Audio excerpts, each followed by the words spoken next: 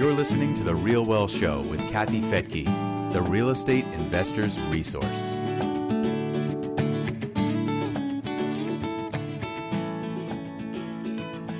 On today's RealWealth Show, I have the honor of introducing you to RealWealth's new property team managers. Their job is to vet turnkey property teams, property management companies, and builders to make sure their quality is top notch. They perform background checks and look closely at the company's track record before bringing them onto our referral list so that our members at RealWealth can build their portfolios nationwide. I'm Kathy Fettke, and welcome to the RealWealth Show.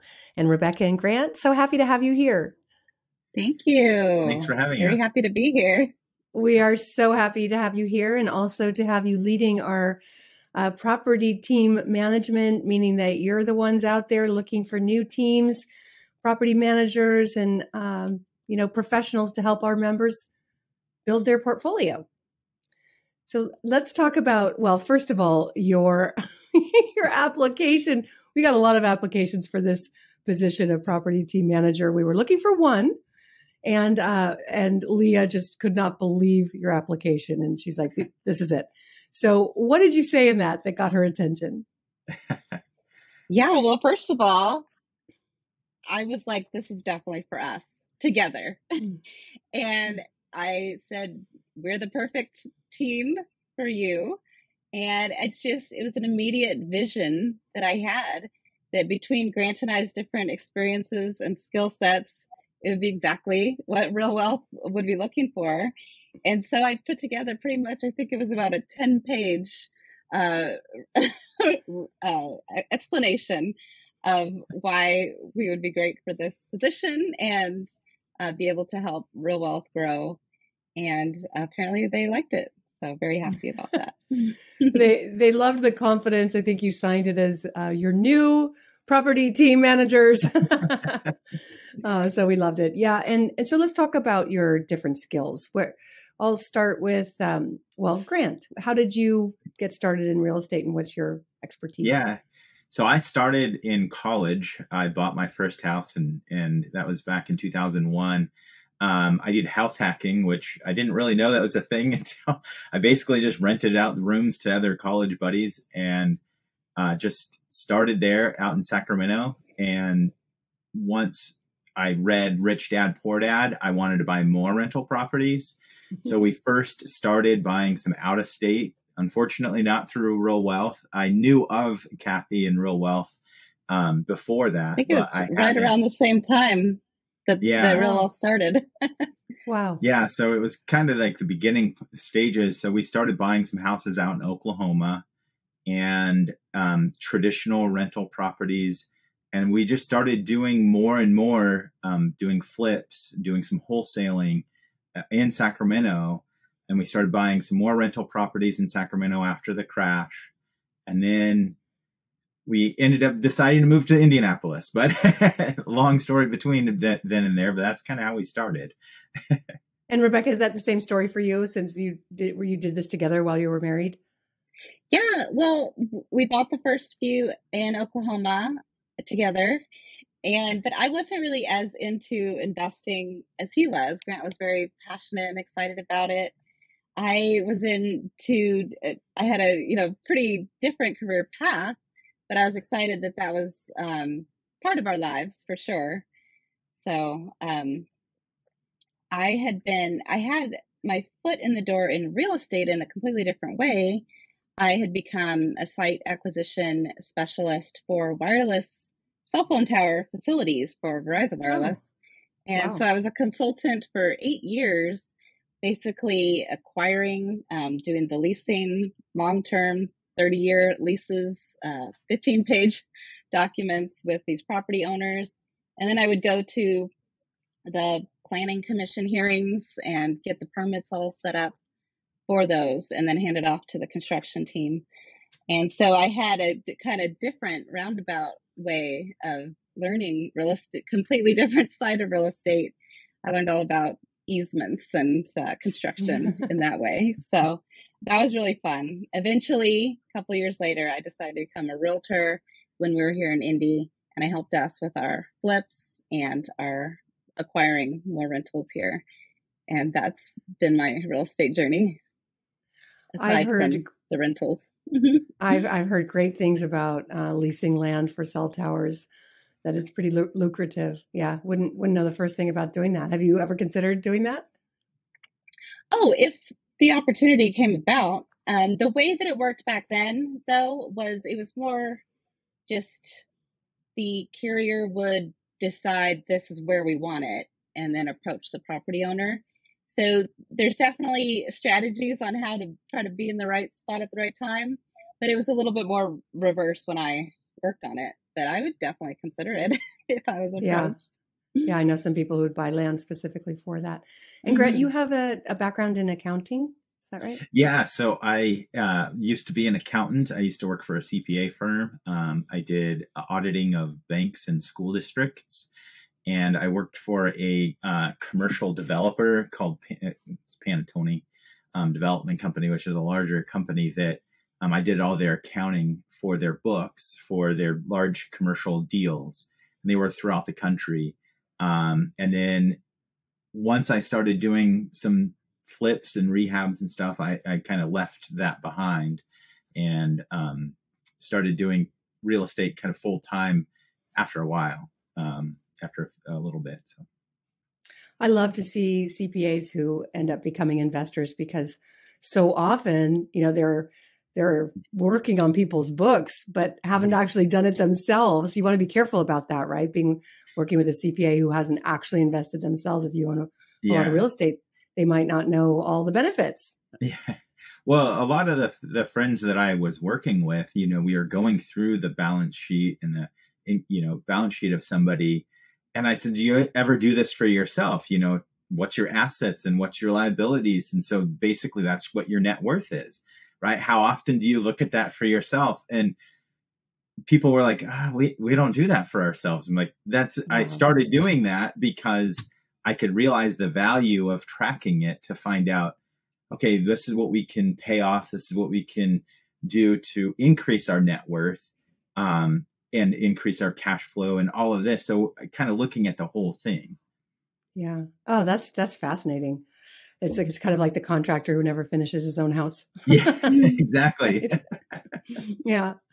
Okay. So you've been a part of RealWealth for almost more than a half a year now. Is that, or some? About 5 months. About 5 months. Okay. Yeah. So tell me about the processes that you've kind of, I know we already had processes in place, but you've continued to develop those when looking for a new team that can help our members who are usually not in the same market. They're usually out of state and oftentimes out of the country. So you're out there finding teams that have integrity, that have a track record, to be a part of the acquisition process, to have teams to renovate if necessary, and have connections to property management, or they do it themselves. So what are some of the processes that you use to make sure that you're vetting a team well? Yeah. So one of the first things we do is double check their properties. And so we want to look at are they good deals for our investors? That's what matters. And that's number one. And then there's obviously a lot of factors. We want to do what we can to ensure the integrity and longevity of this team. So we are doing some kind of digging around, background looking, how long have they been in business, and the track record matters. So we are looking at a bunch of ways that we could see that they've been doing that. And we get references. We want to hear from others who have experienced their great product and great management. And then we also finally go and visit the market and we check out the quality of the construction. We know what to look for over these years. So we want to make sure that we're recommending really good, solid properties that have been either, the rehab or the new construction that's going to be quality for the RealWealth members. That's just a few of the things. Yeah, we also do look at like the area itself. Like, is it growing? Is there opportunity for growth in appreciation? Are there new jobs coming to the area? Are there new industries popping up? So we kind of look at all of that as well, because we want to make sure that the areas that we're going into, there are some upside to it as well, because appreciation is a big part of real estate, and if you can catch that ride going up, that's a place to be. And Absolutely. For many investors, they're going to be holding on to these properties long time, and you want to make sure it's an area where there's going to be solid tenants and renters throughout the period of time over those decades. So that's important. Yeah, you don't want to be in an area where people are leaving in mass. Yeah. Okay. And I love that you're from California, so you could appreciate appreciation, because a lot of, if you were just from Indianapolis, that was kind of never a thing until recently, and they would just make it work without, without appreciation. And that could be certainly done. I mean, cash flow is king, but appreciation's queen, and you need both, right? Yeah. So when you say the first thing you do is look to see if it's a good property, what do you determine as a good property? Just if all you're looking at is a pro forma and the numbers to start out with. And the first thing I would look at is making sure that it's going to cash flow. I mean, I've never purchased a house that doesn't look like it's going to cash flow. And mostly because I don't want to have to put money every single month into that. So I want to make sure it's going to cash flow first. Then I'm going to also look at what are the financing looks like.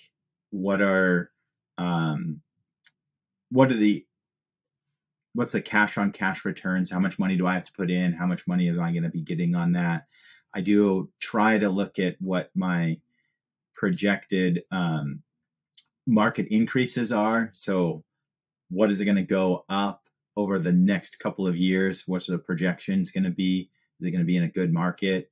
What are the rent projections? Are they going to go up as well? And those are the main things that I'm going to start off with when I'm looking at the numbers. And what we're doing is we're comparing to what's available in the market today. Yeah. And that has changed over time, right? So 6 months ago, a year ago, that might have looked a little different than it is looking right now. And it might look a little different in 6 months. But we have a lot of really good properties from our teams right now. So, and it's a perfect time to buy, as we've been talking about, even, with the interest rate climate, it's still really good, right, Kathy? We talk about that a lot, that we have a lot of good properties that are available to our members. And so when a new team comes in and we're looking at those, we're pretty much comparing to what we have. And we want to make sure they're in at least similar or better. And that way we're providing really good deals for our members. It's really interesting consumer sentiment, right? You've got buyers markets, you've got sellers markets. And when I have been in front of the room, I've said this before, I would ask the audience, do you know what a buyer's market is? And they would say, yeah, it's a great time to sell. And okay, well, what's a seller's market? I guess a great time to buy. Like, for some reason, this is confusing to a lot of people, and generally to the masses who usually buy in a seller's market and sell in a buyer's market. So, I mean, literally, like you said, a year ago, people were clamoring over properties that were more expensive. And granted, yes, of course, interest rates were lower. But today they're panicked because simply consumer sentiment, because the deals that you're presenting to RealWealth members, the interest rates aren't really that bad, yet the prices are better because the negotiation today is stronger. So I would love for you to kind of just summarize that email you sent to us at RealWealth to all of the investment counselors and to all the property teams, letting them know how we can kind of work around these high interest rates. Yeah, well, one of the products that's come back to the market is an adjustable rate mortgage. And there's a 7-year or a 10-year arm, they call them. And what's really different about the ones that are available today versus like 10 years ago is that these are not interest only. These are amortized over 30 years. So you're still getting a great loan, and you have the option to refinance at any time, but it's locked in at that rate for the 7 or 10 years. And then there's a cap. It can only go up, approximately 2% at most. So it's still a really great way and so what they're doing is they're offering lower interest rates for those. And the one that we saw the other day was 5.9, and it's just a 2 points pay down to get that rate. And a lot of our sellers are actually offering to pay those 2 points for the buyers. So yes, we have interest rates in the 5s right now. And if they're not offering it, then ask for it. I mean, right now, as they say, it is kind of a buyer's market. So ask for what you can. And if they're willing to do it, that's great. Yeah. To again, summarize it, buyer's market means the buyer has more power. It's, it's a power in negotiations. If you're a seller and you have 90 people waiting outside to buy your property with 20 of them ready to pay more than your asking price and don't care about any repairs being done, well, of course, you're going to take the best offer. Yeah. But when you're trying to sell that same house 9 months later and there's nobody at the door, it's the buyer who has the power. And that's where we're at today. And that's what so many people don't understand. What are your thoughts? I know I've given mine many, many times on many shows, on many podcasts, and all the time. But what are your thoughts on interest rates? Do you think people will be able to refi at a later time into a lower rate, or do you think they're just going to go up from here? Well, I think that, 5.5 or 5.9% is a very good interest rate. I know when I buy properties, and especially, I try and once we have too many of them, it's harder to get traditional financing. So some of our loans have always been in the 6% range, even on a 20-year fully amortized loan. So that's even more money that I'm paying because I'm paying down more principal. So 5.9 is still a great rate. I mean, it's kind of funny thinking that 2.5 or 3% is the norm for a lot of people, but that's not. I mean, back in the 80s, it was in the 18%. So 5.9 is still really good. Yeah. Like Grant said, we're kind of used to interest rates at least 6 or so. So. Yeah. I mean, when I started investing, rates came down from 9% to 8%. We were so happy to have a 8% loan. Then when it, went to 7 and then 6, then, oh my gosh, that was wonderful. It's been pretty hard over the years to get into the 5s in general for investment property. So people are just spoiled. I keep saying to people, if you want low rates, like in the 5s and 4s for investment property, then you're also wanting a recession, because that's what goes together, right? Do you really, would you rather have a strong economy and 5-6% rates or another pandemic and get down to 2, right? I'll take the higher interest rate. And we like to look at the big picture. I mean, you're purchasing this property that is going to appreciate over time, and you're getting the tenant to pay down the mortgage. So there's both of those, and you most likely have some cash flow, at least enough to cover the expenses, and that kind of thing. So just looking at an interest rate is really limiting what you can do, especially for building your wealth for your future. Yeah. And I mean, I don't mind if people want to be sitting in fear. That's kind of okay for us, right? Because that means more opportunity. It's more.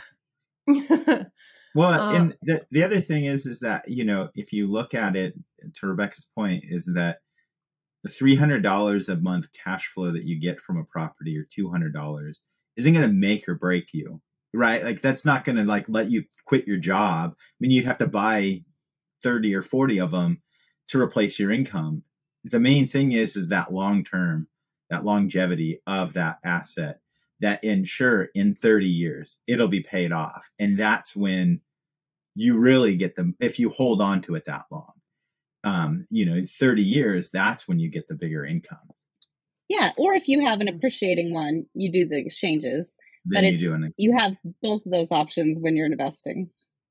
Yeah. I love that you are reminding people of that, because it just comes back to the basics of why are you investing? yeah, the $200 a month cash flow, or in some cases, $50 a month cash flow is not going to change your life. But what will change your life is time. And time is a coming, whether you like it or not. 10 years will pass, 20 years will pass. I really think after 10 years, even after 5 years, in some cases, people are like, okay, I get it. I get it now. Because inflation isn't new, right? I mean, when you started investing, what were you paying for properties back then? Well, we were in Sacramento, and I think we bought one for like 120. And right now, it's that same property is probably worth, 350, which is very, it was this very small 3-bedroom, 1-bath house. It was like one of our first rental properties. So that it's crazy to think that that's what the price was back then, but now I'm sure it's a lot more. Absolutely. I mean, we were paying $120,000 in Dallas, Texas, and those are worth, like you said, $350, $400 today. So this idea that inflation just showed up this year in 2022 is just not true. It's been here. All you have to do is type in anything. Go to Fred. It's the Federal Reserve of St. Louis, and type in housing or food or anything. And you can see over the decades, inflation has been here. And fortunately for real estate investors, real estate tends to inflate in price because you just can't create as much housing as maybe you'd like to. You just can't build it overnight. It's not like crypto. You can create it with one keystroke. Yeah. What have you liked most about working at RealWealth? Definitely the teams, everybody that we work with is very enthusiastic, one, about the market. And we obviously, the last few months when interest rates went up, and since we've started, things have been fairly a little bit more challenging with interest rates rising. Some people are trying to be like, well, I don't want to buy. But everybody has been coming together saying, hey, we still all believe in real estate. We know real estate is a great product to purchase. And everybody got together and said, okay, how can we ease people's concerns? Which it is kind of a concern, but it's like Rebekah said, it's a minute concern. You can always refinance in a year if interest rates go down. But buying that asset and buying that long-term and longevity is what really real estate is all about. And just being around people who know that and are enthusiastic about real estate is the main thing. Yeah, I agree. The people are amazing. Both the RealWealth team, the property teams, the investors. We're in this, like-minded space where we can give value. We could share our knowledge and experience and impact and really help grow everybody. And I think, to me, that's just really amazing. Love that. Yeah, you guys have been leading our monthly masterminds with the property teams and bringing them all together to share ideas and solutions. And it's just great to see how effective those meetings are, where maybe the Cleveland team has an idea that really helps the Cincinnati team, or Florida's got a way to, obviously Florida pricing is going to be more expensive. So how do you make that work with the interest rates? And then they come up with this idea to pay points to get the interest rate down, and discounts on the houses. I mean, it's great. It's great to see everybody working together for the greater good. Wonderful. All right. Well, I can tell you, we're so excited to have you both, kind of a 2-for-1 deal. And of course, Rich and I understand that, right? Working together as a couple, you both, often it's opposites attract, and you each bring something unique to the table, which is, we really appreciate. Yeah. Great. Right. Well, thanks. We really appreciate it too. Thank you. Any last tips for our members on advice or suggestions during this time? Yeah. I mean, I've always heard people saying, "Oh, I wish I started last year. I wish I started earlier." And there's no better time than today. What do they say? That there's no better, the best time to plant a tree was yesterday. The next best is today. So it's the same type of a thing with buying real estate. Is today is the best time, and then or yesterday was the best time, today's the next best time, right? Yeah, I agree. Definitely. And I just wanted to mention, if anyone out there is a turnkey property provider or knows one who would like to work with RealWealth members, go ahead and contact Grant and I, and we would love to be in contact with you. Great. And they can reach you at grant@realwealth.com or Rebekah@realwealth.com, and we'll have that in the show notes. And of course, you can always go to realwealth.com and contact one of our investment counselors. All right. Well, Rebekah and Grant, thank you so much for joining me here on the Real Wealth Show. We're just so happy to have you as part of our team. Thank you, Kathy. We're very happy to be here. Thank you for joining me here on the Real Wealth Show. If you'd like to find out more about the property teams that have passed our very strict vetting standards, just go to realwealthshow.com. When you're there, it's free to join. You'll have access to lots of market data and referrals to property managers, property teams, and builders who can help you build your rental portfolio. Again, that's realwealthshow.com.